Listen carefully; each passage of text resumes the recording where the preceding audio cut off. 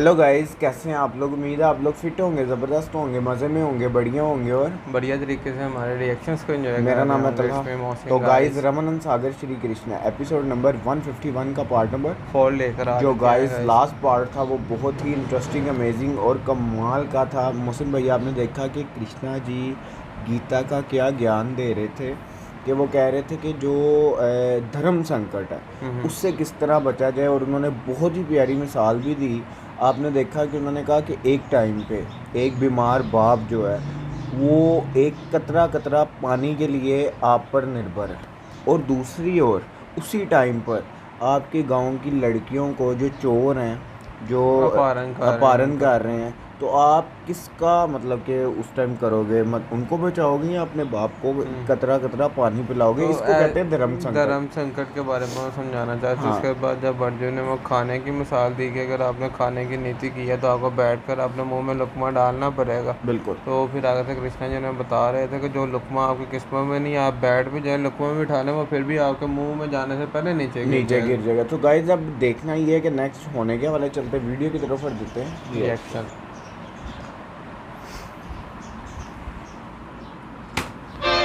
यहाँ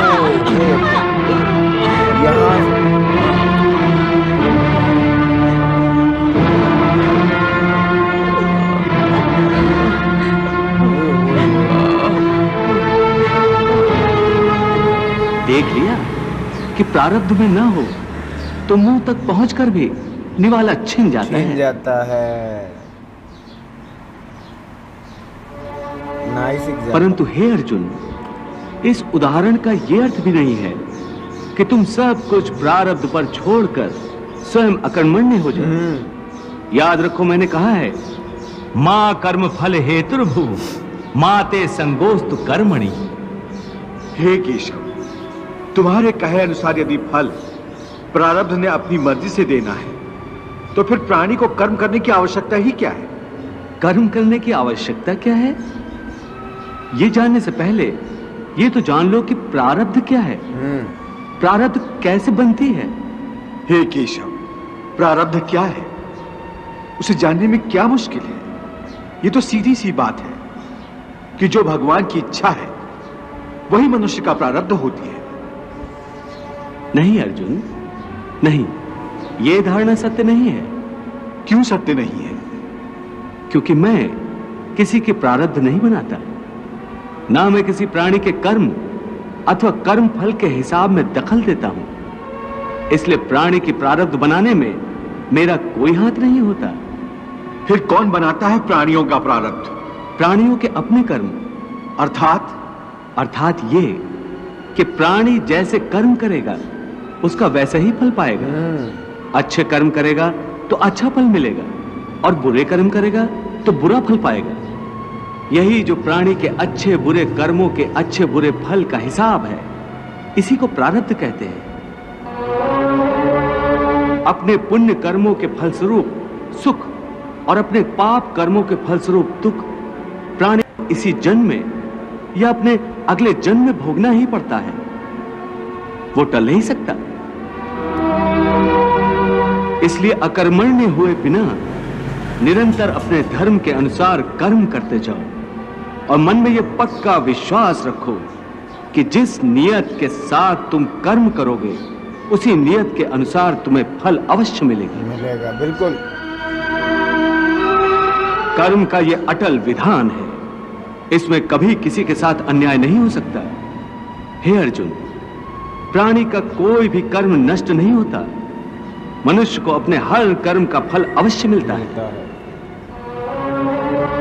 इस तरह प्राणी के कर्मों के अनुसार उन कर्मों का फल हर मनुष्य के प्रारब्ध में लिख दिया जाता है। इसी कारण हर जन्म में मनुष्य अपने ही कर्मों के बंधनों में बंध जाता है। इसी कर्म के बंधन में बंध जाने के कारण मनुष्य आवागमन अर्थात जन्म जन्मांतर के चक्रव्यूह में फंसा रहता है और उसे मोक्ष प्राप्त नहीं हो पाता। कर्म के बंधन से आवागमन या जन्म जन्मांतर का क्या संबंध है? मनुष्य अपने एक जन्म में जो कर्म करता है उन कर्मों के फल के रूप में पाप और पुण्य दोनों ही होते हैं। कभी पाप अधिक होते हैं तो कभी पुण्य। दोनों का दुख सुख भोगते हुए मनुष्य अपने नए जीवन में जो कर्म करता है उनका हिसाब पाप पुण्य के खाते में नए सिरे से लिख दिया जाता है। बिल्कुल। इस तरह इन नए कर्मों को भोगने के लिए एक और नया जन्म लेता है और जन्म जन्मांतर का ये सिलसिला लगातार चलता रहता है और मनुष्य की आत्मा का अपने परमात्मा से मिलन नहीं होता, जिसे मोक्ष कहते हैं। जिसे मोक्ष कहते हैं। हे कृष्ण, इसका अर्थ तो ये हुआ कि मोक्ष प्राप्त करने के लिए मनुष्य को पाप और पुण्य से बचने के लिए कोई कर्म ही नहीं करना चाहिए। सारे कर्मों का त्याग करके सन्यासी बन जाना चाहिए। कोई भी मनुष्य अकर्मण्य नहीं हो सकता। कर्म तो उसे हर स्थिति में करना पड़ता है। परंतु सन्यासी तो कर्म का त्याग तो करते ही हैं। हे पार्थ, सन्यासी भी कर्मों का त्याग नहीं करते, न ही कर सकते हैं। नहीं कर सकते। मैंने पहले ही कहा था दीक्षा कि सन्यासी भी कर्म करते हैं। खाना पीना, उठना बैठना, ये कर्म। तपस्या करना, साधना करना, ये सब भी तो कर्म ही है। कर्म से कोई कैसे मुक्त हो सकता है? ये बात।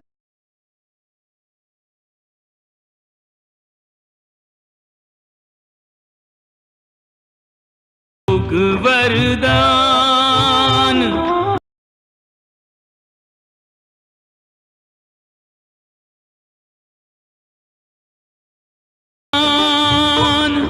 प्राणी मृत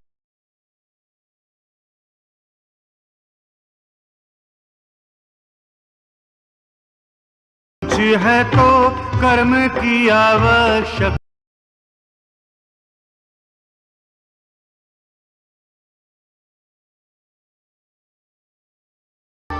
कर्म बिना प्रारब्ध न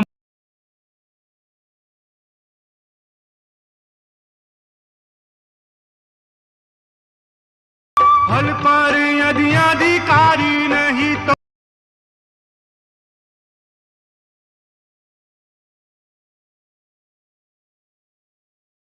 का पौधा क्यों बोना है।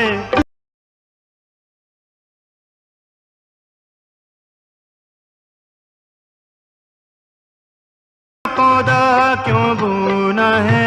कर्मों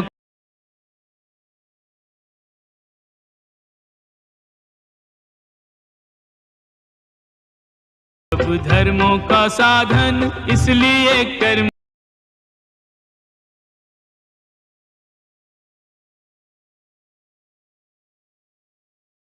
जब कर्म से मनुष्य मुक्त नहीं हो सकता,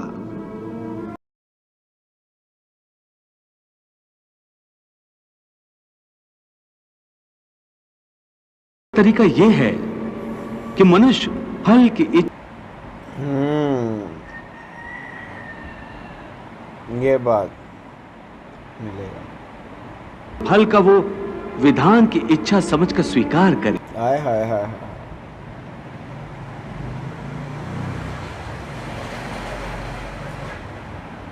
वाह, बहती रहेगी गीता की गंगा।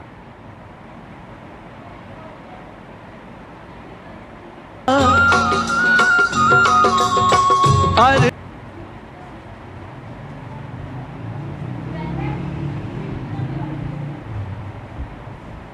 जग सारा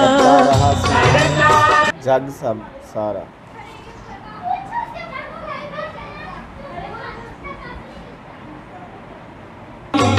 एक मेरा शरणा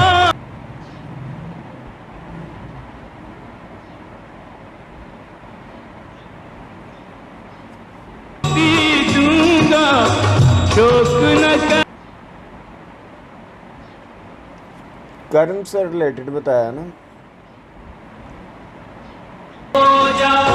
धर्म अधर्म के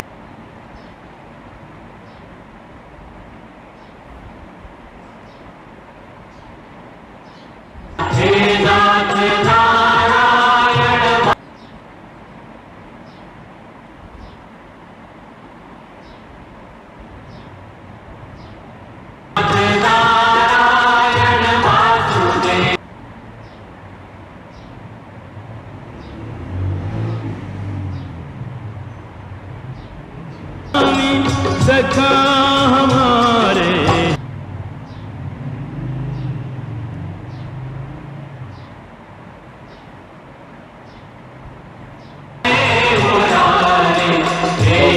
यहाँ ख़त्म हुआ ये पार्ट। क्या कमाल का पार्ट था मोहसिन भाई।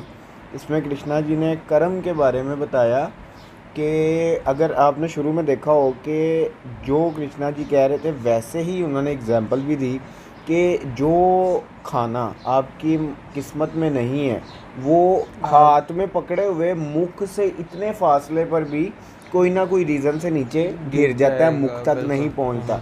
तो आपने देखा कि वो जो बादशाह था वो कितना प्रसन्न था खाना देखकर, उसका व्यंजन देख के। हाँ व्यंजन देखकर। तो वो कह रहा था कि बस कमाल हो गया, उसको ऐसे आनंदिन खुशबू आ रही थी।